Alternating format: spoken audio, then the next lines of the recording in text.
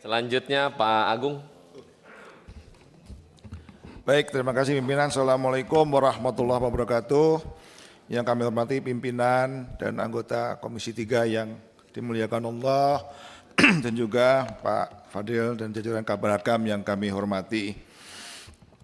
Sependapat dengan yang disampaikan Bang Hinca tadi, kapoksi kami, bahwa memang selayaknya pesta demokrasi ini sesuai dengan namanya.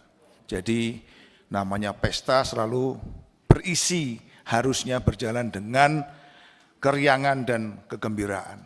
Nah, tetapi dari paparan yang Bapak sampaikan tadi, pesta di 2019 yang lalu meninggalkan luka dengan gugurnya 25 personil dan juga petugas-petugas di KPPS yang jumlahnya pun mencapai ratusan. Saya kira ini juga harus menjadi catatan kita bahwa 2024 lagi ini harus tidak boleh terjadi lagi. Tentunya ini juga memerlukan satu strategi yang mengatur ya di dalam tugas-tugas yang dilaksanakan oleh Polri di dalam memberikan pengamanan terhadap pesta demokrasi ini. Mengingat jumlah yang sangat besar, 800.000 TPS yang tersebar di 38 provinsi dengan peserta yang begitu banyak, termasuk para pemilih yang jumlahnya mencapai 206 juta pemilih yang akan pada waktu yang bersamaan akan hadir ke TPS-TPS. Ini tentunya perlu pencegahan, tingkat pencegahan yang lebih dini ya dengan bisa memberikan satu analisa sebelum melakukan pengawasan itu tersendiri. Saya kira dengan adanya polisi RW ini mungkin lebih bisa mengoptimalkan di dalam pengawasan tersebut.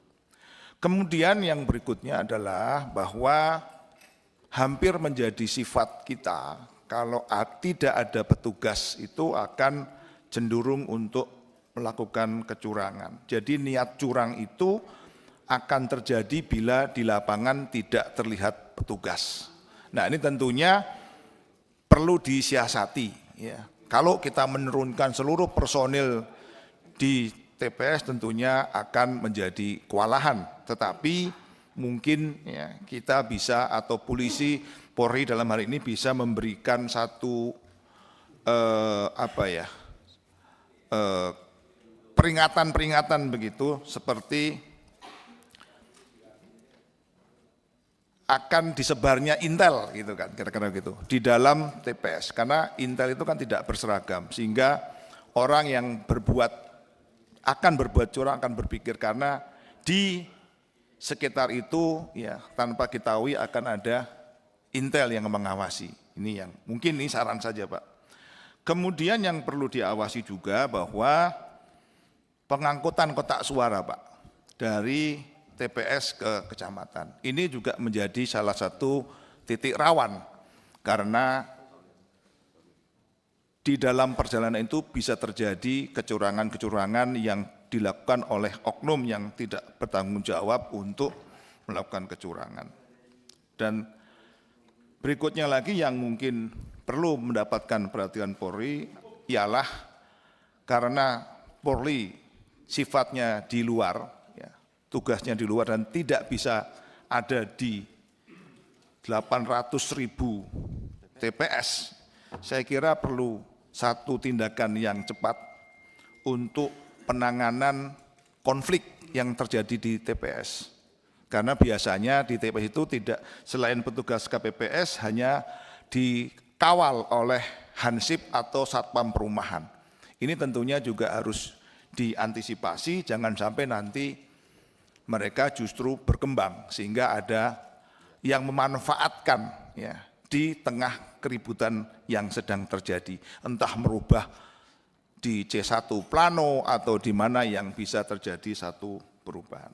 Mungkin dari pihak Polri juga bisa membuat satu slogan-slogan seperti jangan coba-coba ganggu pemilu, kami Polri siap mengamankan. Ini saya kira menjadi satu rambu-rambu yang akan dilihat dan tentunya menjadi satu peringatan kepada masyarakat yang ingin berbuat curang.